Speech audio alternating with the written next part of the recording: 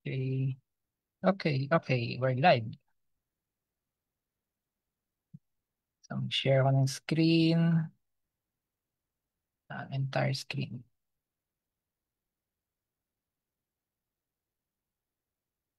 Okay. Ha? Okay. So, ang di-discuss natin ngayon ay paano mag-test ng EA, Expert Advisor, sa MetaTrader 5. Yan, MetaTrader 5.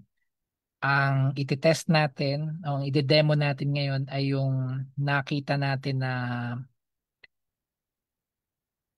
robot or EA, robot trader sa mql5.com. Yun ay nasa messenger natin. Hindi ko pala na-open agad. Saan nyo ba yun? Ito. Yan. So, i-open ko lang.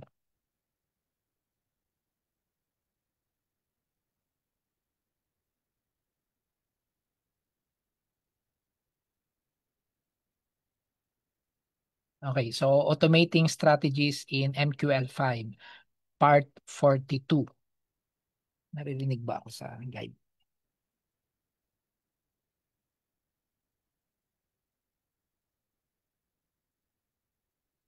Siguro naman, no?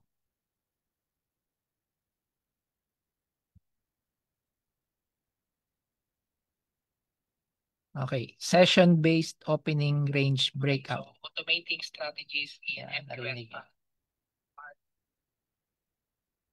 Yan. Or ORB system, ORB system. Okay, so hindi tayo ang nag-develop nito. Sinubmit nila to sa community, MQL5 community. Ang author nito ay sino? Si Alan Mutira, Ria. Okay. So, salamat sa kanya dahil sa bandang dulo nitong discussion ay ibinigay niya yung buong code. Bihira kasi nagbibigay ng buong code. Nasa na yun? Yan, oh. So, ang code niya ay ORB underscore opening underscore range underscore breakout underscore EA dot MQ5. Yan. Pag ang extension ay MQ5, ibig sabihin raw or actual source code siya. Hindi siya yung robot na. So dahil meron kang source code, malaya kang baguhin ito kung marunong kang mag-program ng MQL5, malaya kang baguhin, dagdagan, i-improve at gamitin for your own personal use. Wala naman yata siyang licensing ano, issue. Ayan. So not sure lang kung pababayaran mo, baka humingi siya ng royalty. But since available yung source code, ang gagawin mo lang, i-click mo lang yung source code. No? Pag-click mo ng source code, mada-download yon as a regular file. Ayan o. So nakita nyo, yun, na-download siya as a regular file. Then, pupuntahan mo siya sa folder, Windows, yung ating File Explorer sa Windows. At makikita mo siya doon sa Downloads folder. Yan, sa Downloads folder. Recognize na siya ng Windows system as MQL5 or Meta MQL editor. Yun, ma-open siya ng MQL editor. So para maging sigurado kung ikaw ay magpo-program, kailangan mong ilipat ito sa iyong MetaTrader 5 folders, expert folders specifically. So i-open mo yung iyong MetaTrader 5, punta ka sa file, open data folder, MQL5, experts, tapos gumawa ka na lang doon ng special folder. In our case, dahil part pa rin to ng ating system, meron na palang 15 MCTS. Ayun. So, gawa ka ng 15 MCTS, tapos doon mo ipipaste yung file. Nasaan na yun? So, punta ka dun sa downloads folder, right click, cut, no? Cut, and then paste. Yun. So, dahil na-transfer ko na siya kanina, overwrite or replace. So, hindi ko na i-replace. Yan. Kasi hindi ko naman binago yung code nito eh. Yan. So, nung nandun na siya, para maging executable siya, yun. Actually, ito yun. Sa baba. Yun. Para maging executable siya, meaning pwede mong i-attach sa chart, kailangan mo siyang i-compile.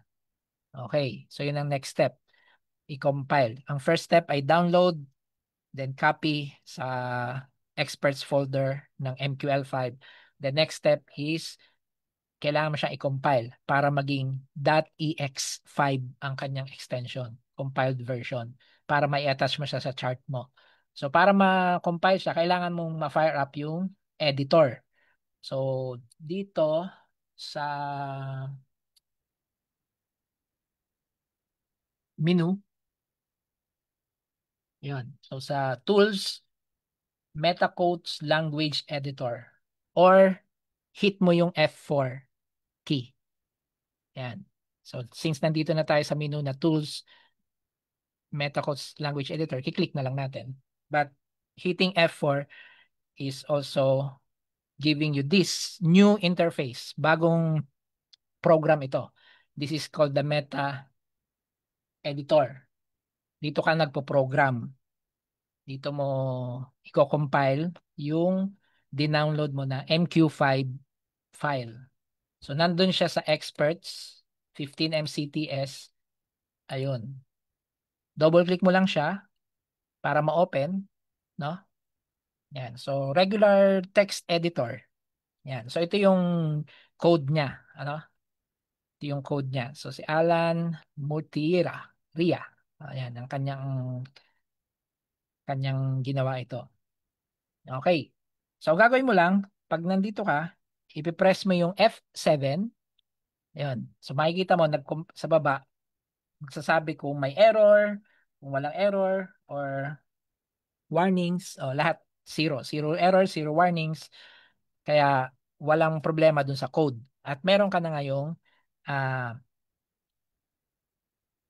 EX5 version, compiled version. So paano mo na-compile? You hit F7 or pwede mo ring i-click itong compile menu button. Yon. Or paano ba? May isa pa dyan eh. Tools. Hindi. Hindi ko kasi ginagamit tong part na to eh. Build. Yon, sa build. Sa build menu, meron dong compile. Yon. So tatlong possible actions. F7, mas mabilis yon, or itong button, menu button, kung nakikita mo yung compile, or build compile. Yan. So tatlong paraan, iisang purpose para ma-check kung may error yung code. Pag walang error, magkakaroon ka na ngayon ng Expert Advisor Robot version. At yun ang iyong i-attach sa ah pair na gusto mong paggamitan nitong Orb Opening Range Breakout EA. Yan. So itong Orb Opening Range Breakout EA ay isang robot trader, meaning nagtitrade siya. Nag-open siya ng positions. So maganda na yung iyong MT5 na nakalagin ay demo version, demo demo account. So dito nakalagin ko ay demo account. Yan. So, demo account yung nakalagin. Ang ginawa ko para matest ko siya is nag-open ako ng gold chart. Inopen ko siya sa 5-minute time frame. Okay? Ah, alisin ko yung ibang indicator. Kasi default default indicators pa yan, yung pivot. Yan. So, inopen ko siya dyan. Pagkatapos, hinanap ko yung folder na expert advisors sa Navigator. Then, 15 MCTS kasi doon nakasave siya. Dapat meron na rin nung EX5 version or Orb Opening Range Breakout EA. Same name, no? Same name. Iba lang ang extension nito, which is EX5.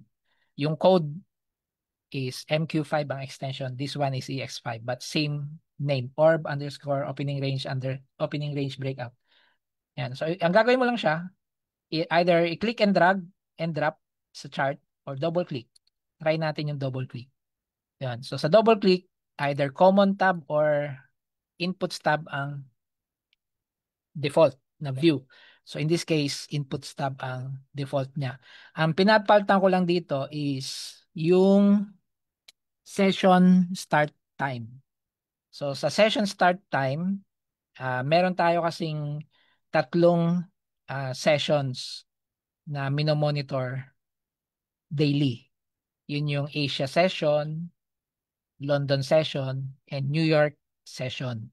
So, ang Asia session for gold ay nag-start ng 1. So, kung gusto mong gamitin itong robot na to na mag-trade at the start of the Asia session, gagawin mong 01:00 ang start time. Yan. Bakit 01? Kasi yan yung yan yung talagang start time sa tick mill ng ng gold. Okay? Tapos keep everything as is except itong unique trade identifier. Yan. So bibigyan mo siya ng ah, number, distinct ID. Bakit? Kasi ang robot na to, isang session lang ang kanyang kayang i-monitor. Yan. So hindi siya multiple sessions. Kaya bibigyan mo siya kung anong session siya mag-a-act. So in this case, yung Asia session kasi 1, no? Yung start time. So yung unique ID niya, simple lang. Simplihan lang natin. Inalis ko yung dalawang dulo, ginawa kong 01 para ma-identify ko na ito pagka nag-register to ng trade, yung dulo lang ang titingnan ko. Pag 01, ibig sabihin Asia session yung na-trigger ng trade na yon, yung robot na yon. At yun lang. The rest, keep as is muna kasi initial testing lang naman to. Ayun. So, handa na siya na mag-trade pag dumating ang Asia session. And gagawin mo yon for every session. So, kaya meron tayong para sa EF7 ko.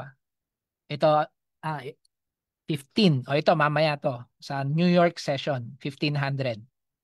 Kaya ang ID naman niya sa dulo is 15. Okay? So kung titingnan natin, wala pa siyang naging trade kasi mamaya pa siya magti-trade. Ito bang isang to? Ayan, ito. So itong isang to ay ang session niya ay 10, which is London session. Yun, 10. Kaya ang ID naman niya ay 10 sa dulo. Yun. Para pag nakita ko na nag-trade siya, like this instance, nag-trade ba siya kanina? Yes, yun, nag-trade siya. At makikita mo rin naman, nagmamarka yung robot kung saan siya nag-open ng trade. So, in this case, dito siya nag-open sa candle na to. 5-minute time frame, no? Then, ito yung kanyang session na ginamit to decide sa pag-open ng trade. Yan. Kanina may mga lines yan eh. Lagi kasi nagre-reset tong machine ko kaya nawala na yung mga lines. Yan. Ito po ang isa. 15 minute pala to. Okay, so this one, ito naman ay, ano bang session to? 9. Okay. So, bakit 9? Hindi yan yung standard session. 10 ang standard session. 9 is, ano ba tong session na to? Napansin ko lang kasi na 9 is 1 hour prior sa opening ng London. Meron ding mga paggalaw kasi yon. Also, yung ninth hour is 8 hours after nung Asia session. Tama? Kasi ang Asia session is 1 magsisimula. So mag plus 8 ka, 9 naman yon. Tapos 'di ba, before gumagamit tayo ng 8-hour box. Yung tinuro sa atin ni Sir Crypto Milan.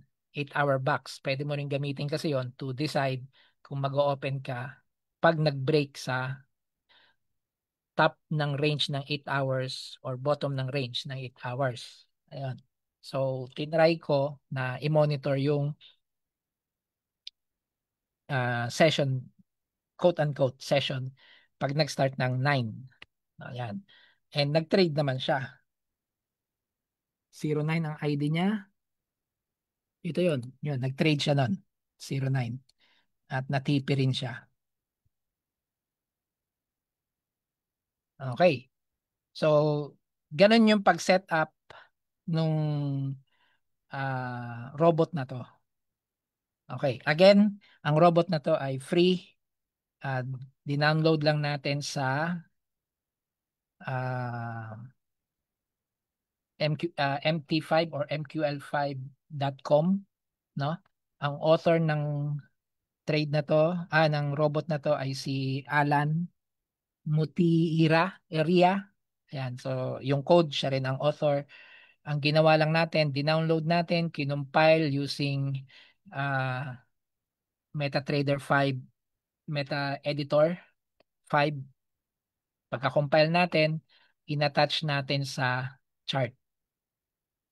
At from there, minomonitor na natin based dun sa oras na sinet natin. So again, ang pinaltan lang natin na oras ay yung start time nung alam natin or preferred nating session. So pwede kasi kayong based observation nyo sa gold or sa dun sa equity sa pair na gusto nyong i-trade, makikita nyo kasi kung kailan sila madalas pagalawin na oras. So, imo-monitor nyo, ilalagay nyo rin dito. Okay? And then, bigyan mo lang siya ng unique ID para doon specifically, hindi pakialaman ng ibang instance mo, like yung minomonitor mo yung for instance, dito ay yan, Asia session. Dito naman, minomonitor mo ay ibang session. Dito ay New York session. Yan. So, paiba-iba. Hindi sila sasapawan ng pag monitor nung entry mo sa isang account, trading account, dahil magkakaiba sila ng ID. Yun. Ah, Paano palabasin yung ID? Ang tawag sa kanya sa MT5 ay magic. So, ira-right click mo lang. Basically, wala yan sa simula. Ira-right click mo lang tong header ng table sa history, no? Tapos, i-enable mo yung columns. Yon, magic number. Magic number siya. Pag inalis mo kasi yon, wala na yung magic number. Wala na yung ID ng robot. Yung magic number, yun ang ID ng robot. Yan. Sa MT4, walang display niyan, no? Pero behind the scene, yan yung role ng ID, no? Robot ID. So, meron tayong ganyan sa Koteng Social sa Hub, tsaka Musar, at lahat ng mga EA natin, robots na dinidevelop sa Insight Edge, meron yan sa MT4. Sa MT5, maganda nga lang, exposed na siya. So alam mo na, second confirmation mo na yung robot na yun ang nag-open ng entry na to. So sa MT4, wala yan. Pero sa MT4, meron tayo nung comments. Kaya doon natin sinasabi, kung sino yung nag-open ng trade. O, di ba makikita nyo kung ginamit nyo si Social Sahab, si Kuteng, nilalagay niya doon na Insight Edge, Social Sahab, dot B pag buy, dot S pag sell. Yun. Or Kuteng, dot B pag buy, Kuteng, dot S pag sell. So dito naman, ang kanya ay simple lang yung pangalan nung ah, system or short dahil sell. Yan, short breakout. Short ang tawag niya. Yan. Okay. So, ano pa bang gusto nyong malaman dito? Siguro ang pwede nyong or ang interested kayong malaman is paano mag-set up na makakapag-trade ka ng live while naka-login ang demo nitong tinetesting natin na orb system, session-based orb. No, kasi pagka iisa lang installation ng MT5, katulad nito, isang installation ng MT5, Tickmill MT5. Paano ako magti-trade ng live? Sa phone ba? Ayun. Pwede rin naman. So kung nakita mo dito na sa desktop na nag-trade na siya ng sell, yun, pwede kang sumabay sa iyong phone. Yung sa phone mo, naka-live trading account mo. Dito, demo trading account. Now, pero pag interested ka na parehong MetaTrader 5, paano mo siya gagawin? Oh. So, simple lang. Pupunta ka dun sa either sa iyong client area, no? Sa iyong client area, lalagin ka, no?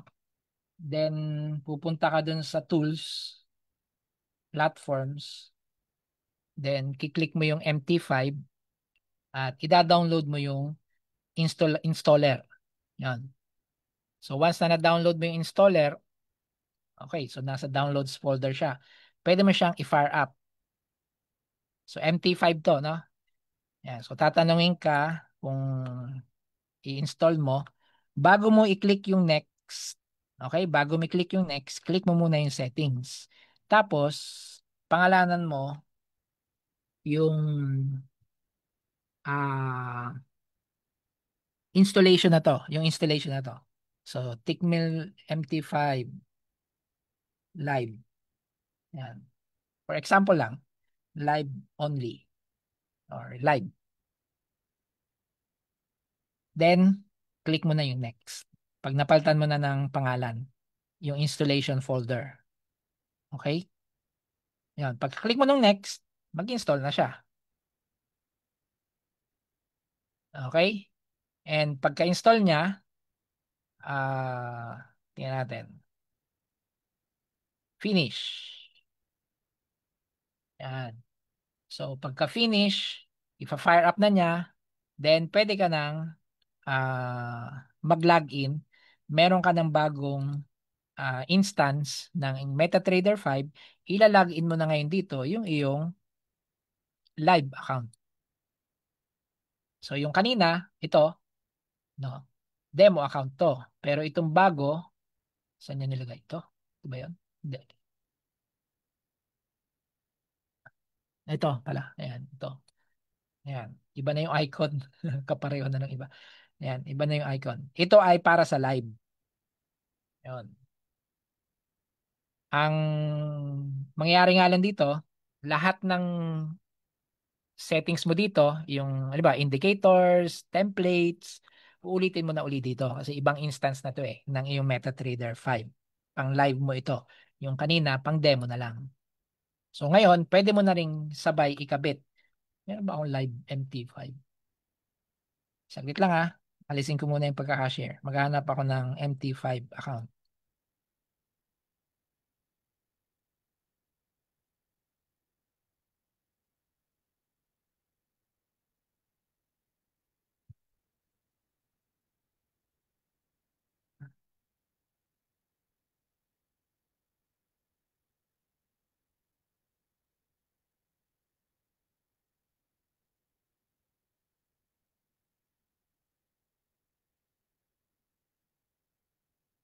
Share ko ulit. Nasaan na yung share? Yan. So for example, nakahanap ako ng MT5 ko, then finish. Yun, incoming bail. Yan.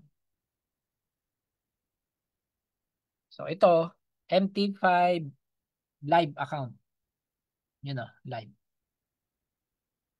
No? Use ko muna itong mga to. Open tayo ng gold. Ito ba yun? Symbol. Metals. Wala.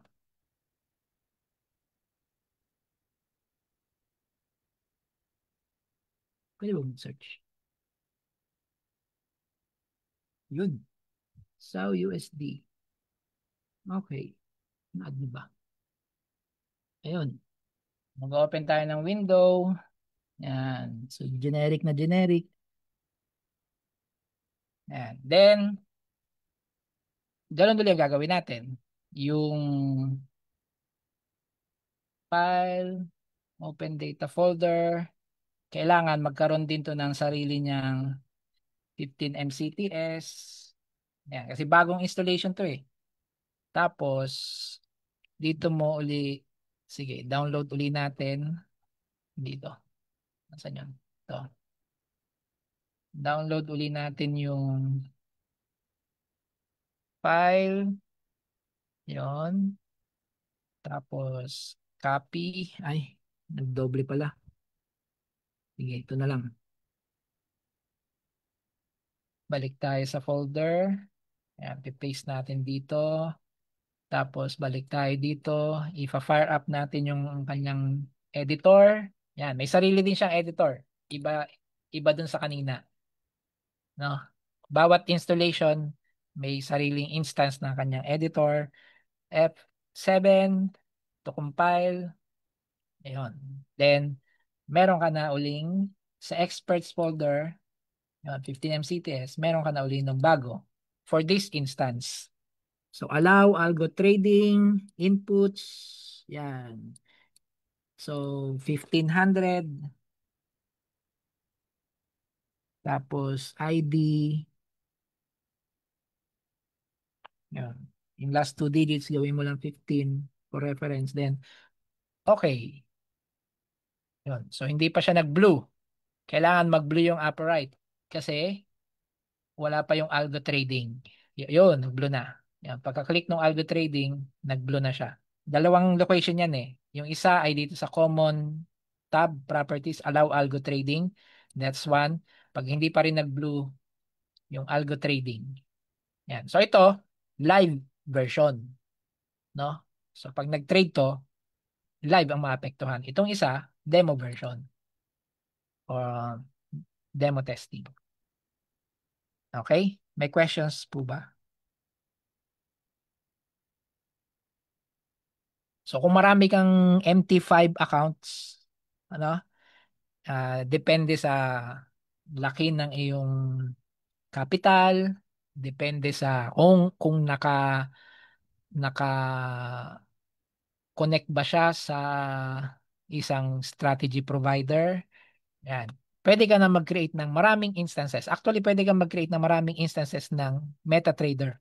No, pwede mo rin gawin yan sa MetaTrader 4. Ano lang ginawa natin? Nung nag-install, pinalitan lang natin yung installation folder name. Ayun lang. Dahil may sarili na siyang folder, marami ka ng instances ng MetaTrader. Yan. For your needs. Yan. Para hindi ka na, ang usual kasi natin ginagawa, dito, di ba? Ang daming nakalista na na mga accounts. Tapos palit-palit lang, double click, login, double click, login, ganoon, di ba? So one account at a time. Now to circumvent that, mag-install ka ng maraming MT5, no? Para lipat-lipat ka na lang ng ng instance. Yun lang. Tatandaan mo kung sino yung kailangan tandaan mo rin yung account number. Naka-display naman eh. Yan o, naka-display. Dito, yan, naka-display. Yan, yung account number. So, madali na rin. May questions po ba so far? So, ang ginagawa natin actually talaga ay, yung tawag dyan ay forward testing. Bakit forward testing? Dahil ang data natin ay paparating pa. Ayun. Kaya marami tayong instance. Itong instance nito ay pang Asia. Ayan. Ito ay pang Asia rin yata to. Ayan. Itong isa ay, yan, yung custom natin 9, tapos itong isa ay pang, yan, New York, yung isa ay pang London session. Ayun. So, matetest mo lang siya pag dumating na yung data. Merong testing na ang tawag ay back testing. So, yung back testing naman, ang gagamitin mo ay previous data. So, paano mo naman ifa-fire up or itetest ang ang robot trader na ito using back testing. Yun. So, para ma-test natin siya, hit Control R sa keyboard. Yun. Alisin natin muna yung history. Control R sa keyboard.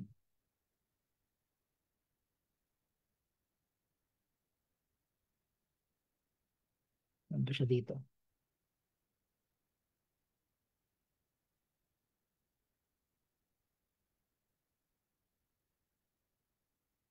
Hmm. Teka lang. Parang naligaw ako. Hindi pala straightforward.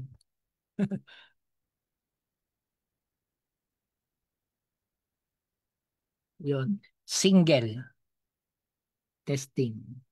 Tapos, hanapin mo yung 15 MCTS opening range breakout. Yun. Okay. Tapos, piliin mo yung SAO USD.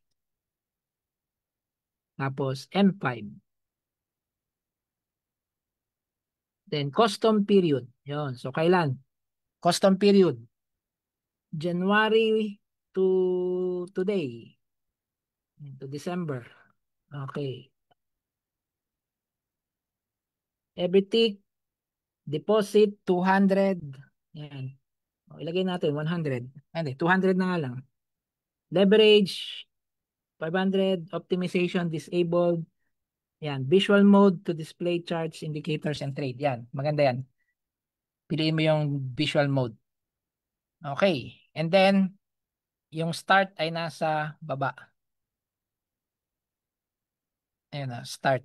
Pag okay na, no? Na-set mo na yung expert, which is yung breakout EA, yung symbol kung saan mo siya itetest, yung time frame ng pagtetestan mo, yung period from January, no, to today, default, default, no, every tick yan. Then deposit, magkano yung initial deposit ng account at na pagtetestan mo, ano yung leverage, then visual mode. Pag okay na yan, pwede mo ring i-check actually yung settings, no?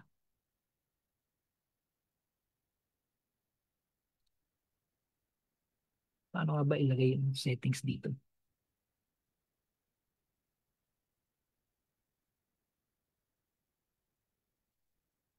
Ah, hindi. Wala. Kasi pwede mong palitan yung settings. Saan ba pinapalitan yan? Anyways, so kung ano yung default settings, ito pala, inputs. Yun, sa inputs, no? Sa inputs tab, sa baba. So kanina yung settings, inputs tab. Dito mo papalitan yung mga itetest mo na settings. Ito ay similar pagka nagsiset ka ng settings dun sa actual EA. Yan. So sa inputs tab. Yan. So 5-minute time frame. Yan. Ito yung kapareho. So every night. So gawin nating Asia. Every Asia session. Yan, 0.1, dynamic, wala tayong magagawin. Default ID, 01. Yan, okay na ang settings. So, inputs ang tawag niya. So, ito yung kapareho nung pag ginaganito mo siya. Yan yon. So, ibig sabihin, kung gusto mong i-test for every Asia session in the past, from January to today, ito yung gagawin mo. No? Yan, one, ang start ng time frame, tapos palitan mo lang ng ID, then you can now proceed to start. Yan. So, pag start, mag-open siya ng bagong frame. Yan. So, nakikita nyo, gumagalaw siya, nagpa-plot siya. Nakita niyo yung rectangle, no? Every ano yan, isa lang yan pinaplot niya every day. Kasi yun lang ang tinetest mo. Kasi yun din lang naman ang ginagawa ng EA. Naglalagay lang siya or minomonitor nyo lang kung ano yung start session na sinet mo sa kanya. Okay. At nagtitrade siya. So, paano natin nalalaman nagtitrade? Kasi itong part na to ay gumagalaw. Ibig sabihin, nagkakaroon ng entry. No? Either win or lose. Ayan. So, this is on a 5-minute time frame and natapos na. So, pag narinig nyo na yung tunog na yon, natapos na. At makikita natin, dito pa lang, panalo, no? Maganda. Kasi 993 ang end equity balance, no? 993. So, kung gusto mong tingnan ang details, balik ka dun sa MetaTrader 5, meron diyang graph. Yan. So, ito yung graph. Yan yung graph ng balance mo.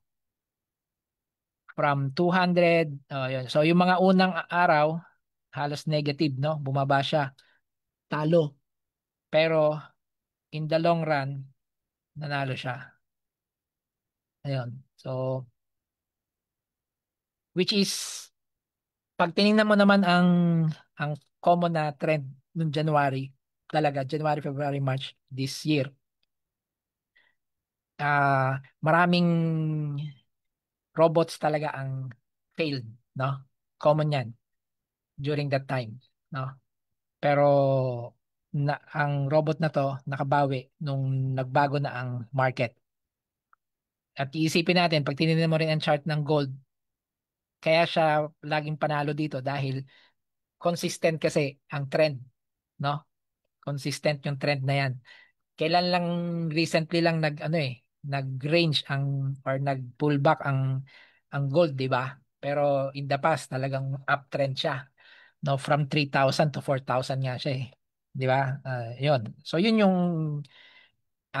insight din doon, no? But ang maganda, panalo tong ano na to, EA na to. Asia session pa lang yung tinirade natin. Asia session. Meron pa tayong London, meron pa tayong New York, meron pa ring custom. No? Kung gusto nyo na gawing 8-hour box, yung katulad ng 8-hour box, magagawa nyo yun. Yun. So, sa testing yun ginagawa. So, paano ba makita yun? Yun. So, ito yung report. Yan. Maganda ang reporting ng MT5 kaysa sa MT4 testing. Maganda ang kanyang profit factor, maganda ang expected payoff. Yan, ito yung mga yon. Profit factor, expected payoff, maganda. Yan, so, pagka okay to, yan, mukhang gagamitin natin to sa ating, actually, pwede nyo na itong gamitin. Kung convinced kayo, pwede nyo siyang gamitin to set up your own, yung sinasabi ko even before, you can set up your own strategy provider, no? Gamitin mo tong EA na to as yung trader mo na pwede mo namang i-manipulate, no? I, pwede mo pa rin i-improve. Mag-aral ka lang mag-code. Yan. Then, mag-set up ka ng strategy provider and invite others to join your provider. Ayan. Okay ba yon? So, ito yung sinasabi natin. Actually, si Saronan yung umattend ng business invitation na yun eh. So, mas alam niya kung paano i-set up. Ayan. But, inuulit ko ngayon, pwede niyo siyang gamitin on your own uh, use. Magtayo kayo ng, magsarili kayo ng provider, gamitin niyo to dun sa trading account na strategy provider and invite others. Bahala kayo mag-set ng offering. Yung offering na minimum of 100 capitalization, na ganito ang profit sharing, 10% or whatever you desire. Yun, doon lang naman magkakatalo sa profit sharing. Siyempre, yung mga followers gusto, mas malaki ang share nila sa profit. Yan. Kaya kung pareho rin lang kayo ng approach, doon lang magkakatalo. Yan. Pero kung kakilala nyo naman talaga yung magti-trade, ah nagti-trade sa Tickmill, then sa iyo yun magpa-follow. Yan. Kasi ikaw naman ang pagkakatiwalaan nila. Ayan. Ano pa ba?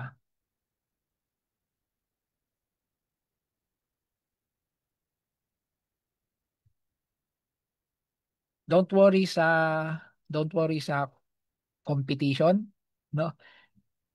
Kasi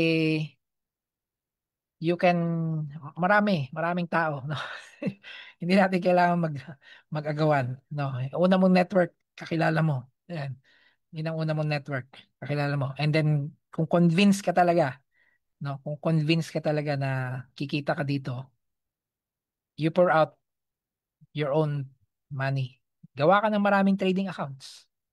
Ang Tickmill ay nag-aalaw ng 3 MT5 accounts and 3 MT4 trading accounts na pwedeng mag-copy trading. No, of course, 5 na lang yung magka-copy.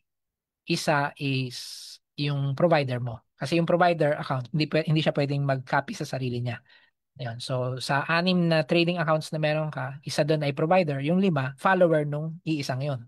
So, ikaw lahat na magpa-fund nun. Ayan. Ang problema lang talaga doon is dahil sarili mong fund, pagka nagkaroon ng bad trading days, nag-fail ang system, ang EA, yan, ay damay talaga yung buong mong account na yon, no? It's on you. Yan. Na nangyari na rin sa akin yan. Malaki. Kasi bumuo yata ako ng halos 30 trading accounts na personal. Tapos na nagkamali ng mga trades. Oh, ang laki ng talo. Yan. But bawi. Simula uli sa maliit. At mababawi naman yon. Magtsatsaga lang. No? Tsatsagain lang. At yun na. Isa ito sa strategy na ginagamit natin. Um, si Saucer Sahab ay similar. Breakout strategy din kasi si Saucer Sahab eh. Kaya lang si Saucer Sahab, ang basis niya is yung zigzag, di ba? Yung mga zigzag. Itong si Orb, may ibang sistema naman, no? Yung tinitingnan yung, asan ba? Ay, hindi pala to. Yan, ito. So, ito, tinitingnan yung range, opening range ng session. Tapos, pagka nag-exit sa high or low, or top or bottom ng range, dun saka lang siya mag-open ng trade. So, in this case, dito siya nag-penetrate sa top ng range. Ayun. At kumita naman siya dyan. Meron bang example na? Yeah, ito naman ay sa bottom. No, sa bottom ng range.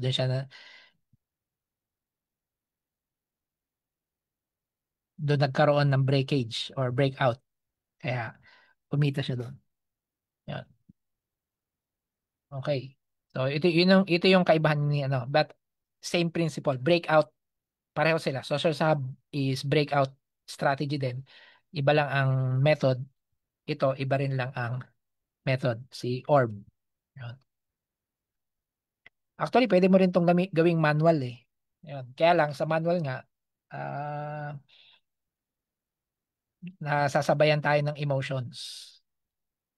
Ayan. Ito, walang emotion to kasi robot yan eh. Kung ano ang pagkaka-identify sa kanya, pagkaka-program sa kanya, yun na yun. I-execute niya lang.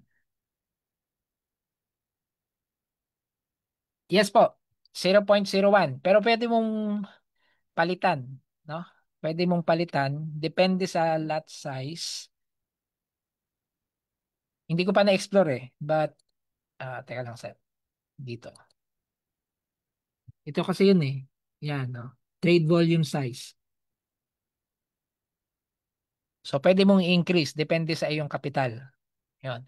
Ngayon, kung marunong kang mag-program, pwede mong i-alter itong part na to. Like, automated, yung capital ay yung lot size na gagamitin based sa iyong capital, yon pwede kang gumawa ng simpleng function o routine na i-compute muna kung magkano na yung capital, tapos palalakihin na lang niya. Depende sa capital. Kasi kung all throughout the session or all throughout the execution niya ay 0.01 siya, mamimiss mo yung opportunity na malaki ang iyong gains. Kasi kung lagi naman siyang panalo eh, most of the time panalo siya. Parang gano'n naman. Based na sa kanyang graph, no? Ayan, no? Most of the time panalo naman siya eh. Ayun. So, yun ang improvement na pwede pang i-input dito. Kasi nga, basic code lang to eh. So, 0.01 lang. Ayun. Tama sir, pure EA magti-trade para yung EA lang ang sisisihin, hindi yung tao na nagtitrade. Ayan. May questions po ba? Ang napansin ko lang, no, ang napansin ko lang ay yung for example, yung monitoring nung ano ba to? Yan, 1500, no? This is New York session. So halimbawa, nag-trade siya ngayon, New York session, parang minomonitor pa rin yun all throughout until mag-New York session uli. Kaya kahit Asia session niya, basta na-break yung na-identify niya nung New York session kahapon, nagtitrade pa rin siya. Ayun, na-experience ko yung kanina. Kasi Asian session, bakit nag-open ng trade? Eh, hindi naman na-fire up yung Asian session. Na-late akong mag-open ng PC. Ayun, yung setup. I mean, yung setup nung Asian session. Na-late akong mag-setup. Lampas na. Pero nag-trade siya mga around 12. Ayun pala, naka-on kasi yung New York session kahapon pa. Ayun. Kaya nag-trade siya nung ma-break yung level na yun, yung range niya kahapon.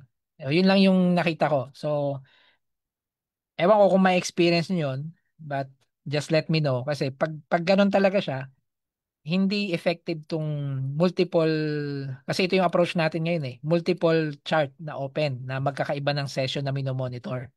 Yan, hindi to magiging effective kasi yung kung matagal na naka-open tong nagra-run itong mga robots na to, iba't ibang robots na may iba't ibang ID.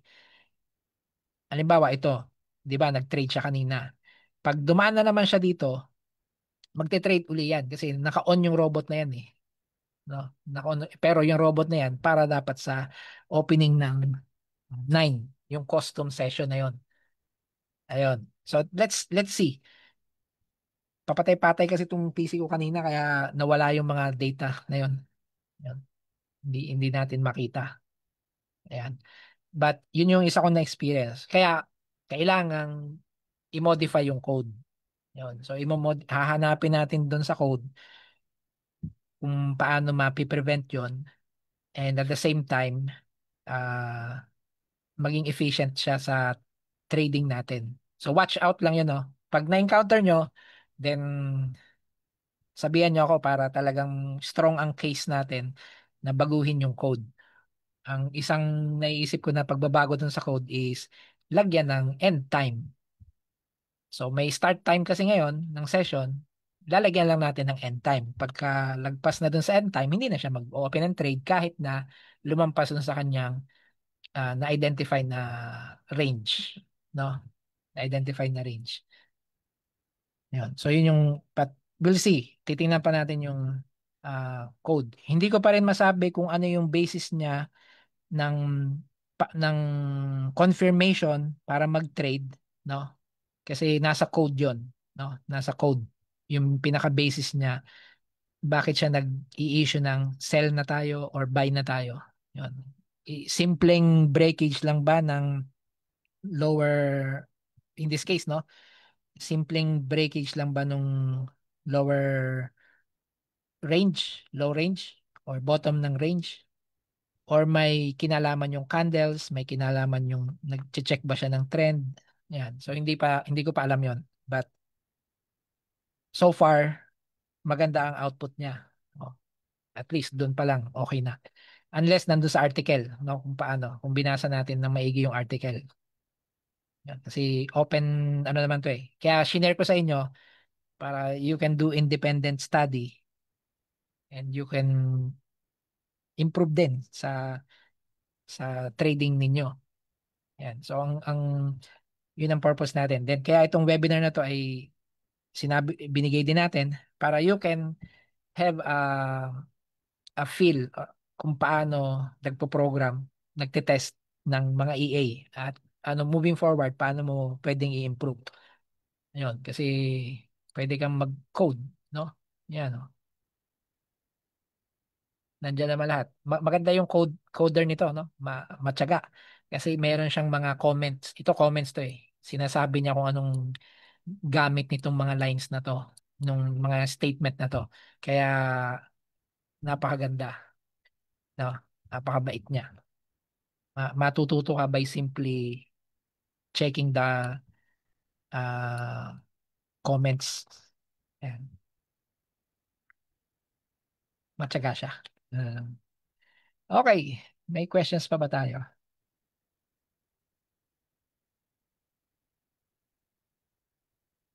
Anyone from the audience?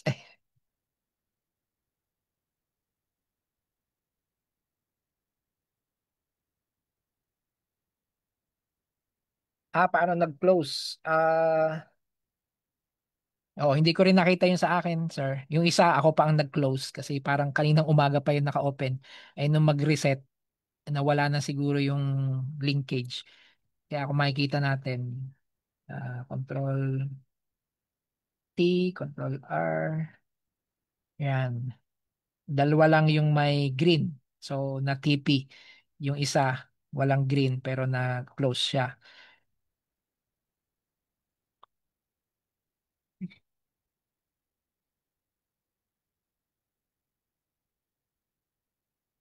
Ah, hindi ko pa rin, sir, alam kung paano na-close. But, most likely, ano ba yung setting? F7. So, example dito, ano ba yung setting? So, dito sa akin, wala siyang trailing stop. So, hindi ito nag-a-apply. Ang naka-enable ay yung SLTP calculation method is dynamic based on range.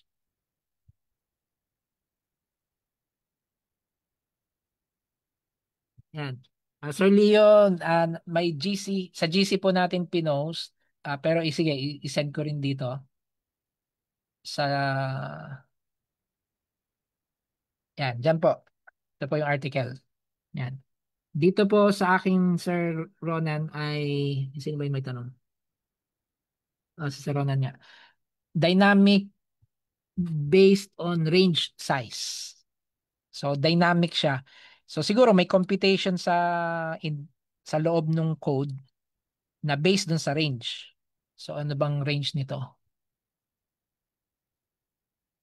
Ilang pips? 880, 87 pips, 85. Ayan. So 85 pips, maaring 1:3 RRR, something like that na achieve niya. Kasi mukhang from here, ilan ba? Ito yung, dito siya nag-open, nag-close siya dito, 200 something. Oh, oh tama. O 30, 1:30.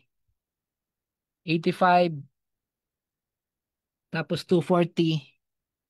O 1:3 na RRR. Yun ang in-employ niya. Base sa range. So, yun lang yung assumption. Nasa code po kasi yung actual, Sir Ronan. Ayan. Basta nagko-close siya. Yan. May isa pa kasi siyang option. Ano ba yung isa pa niyang option? Static based on fixed points. Pag ito yung ginamit, ito siguro ang mag-a-apply. Ito pala. Yan, 50. Ito yung mag-a-apply. Yung 50 na yan. Pagka dynamic, yung computer, yung programming niya ang mag-a-apply. So, yon. So, kung gusto niyo po na fixed, halimbawa, gusto niyo na for every 150 pips, so gagawin niyo itong 1,500 sa halip na 5 pips. Kasi ito 5 pips lang 50 points. Ayun, sayang naman nga kasi kung 50, matagal ka nag-antay, mas 5 pips lang. So, lakihan mo na. Pero for now, dynamic kasi. Yan. So, pwede natin paglaruan. Maggawa tayo ng, mag-open pa tayo ng isang chart. Gawin nating same time, same, magkaibang ID, of course, ibang ID. Pero, ang SLTP method ay static. Yan. Para ma-compare natin. Sabay ba sila mag-open? At talaga bang mag-iiba sila ng closure? Ayan. So, matitest natin yun. But, I think sa article nandun yun. Binanggit yon. Kung hindi man, makikita natin sa implementation or doon sa kanina, sir, yung control R, ano? Control R, single, ito yung una yung makita, single, tapos hanapin niyo yung EA sa 15 MCTS, tapos apply niyo sa gold, kailangan M5 or kung anong time frame ang gusto niyo, but M5 is okay. Yung period, yan. Then dun sa inputs tab, dun sa input tab, papalitan nyo to. Gawin yung static. Static base of, ayan. So, kung ginawa natin na, sige, gawin natin 5 pips for every 5 pips. So, remember, yung kanina na dynamic 933 ang kanyang kinita. So, dito, try natin, static method. Yun, dito siya. So nag-trade na yan, no? Ito yung equity niya, 185, 184. Parang ayaw umalis sa 180, sa 180. Yun. Bakit? Kasi 5 pips lang ang sinet natin, no? Yan. So yung setting, actually exit criteria yun eh. Yun ang tinatawag na exit criteria. Sa isang robot, dalawa ang impact sa profitability niya. Yung entry, pag-identify ng entry, magaling ka man mag-identify ng entry, pero yung exit criterion mo ay palyado, yan, hindi ka pa kumita, evidently. 179. Same data, no? Same data, backtesting, pero hindi ka kumita. Dahil sa hindi okay ang iyong exit criteria. Kanina, ang exit criteria natin ay dynamic, tama? Hindi static. Yun. So what if, sabihin natin, baka maliit yung 5, no, gawin natin 150. Ayan. Ayun. Kita nyo? Pinalitan natin ng points, umangat na sa 100, sa 200. But hindi pa rin kasing galing ba? O for 400, no? Hindi pa rin kasing galing nung dynamic. I think unless I'm proven wrong. Kasi nasa na ba tayo? September, date na. 600, 700 na siya. Hanggang December lang to. November, December.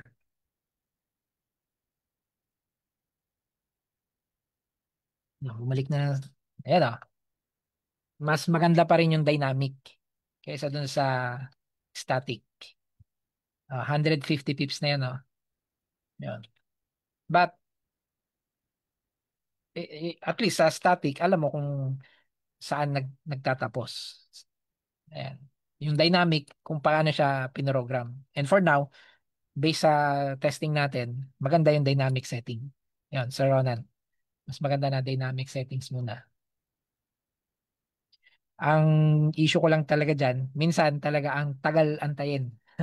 Minsan ang tagal antayin na matapos. Yan. But at least, robot niya eh. Wala siyang emotion. Tayo lang kasi yung naiinip. Ayan. At saka natatakot dun sa pag-reverse. Nagre-reverse. Nagne-negative. Ayan. Tayo yun eh. Pero si robot, wala yun. I-execute niya kung paano pagkaka-program sa kanya. May questions pa po ba? Pwede na tayong mag-end ng call. Ito po ay naka-live sa Insight Edge Learning Center Facebook page. Kung gusto nyong i-review, puntahan na lang po natin. Paki-like na rin and share ng ating page for others. Ayan. At ito po ay libre. Wala po kayong binayaran. Sagot ni Tikmil ito. No? Provided by Insight Edge Learning Center. Yung madidevelop natin na customization nitong EA na to, kasi i-customize to ng Insight Edge, magiging libre pa rin yon sa Tikmil clients. Ayan. At kung gusto niyo mag-participate sa customization, magbigay lang kayo ng inyong mga inputs based sa inyong na-observe dun sa EA. Ayan. And then, again, you can build your own business using this kasi libre naman. Wala kayong babayaran sa amin, sa Tikmil. Hanggang, basta, Tikmil ang ating broker na gagamitin. No? Kasi, napaka-generous ni Tikmil. Ayan. So, gamit ang kanyang social trading platform. Ayan. Okay. So, kung wala na pong katanungan, then we can end this call. Thank you po for coming. You can always email us sa itp.tikmil@gmail.com for questions. Maraming salamat po. God bless everyone.